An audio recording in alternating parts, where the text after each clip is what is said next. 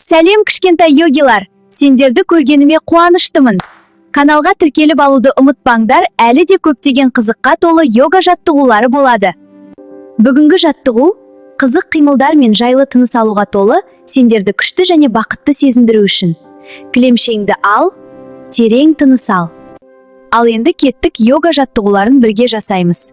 Менің артымнан қайтала.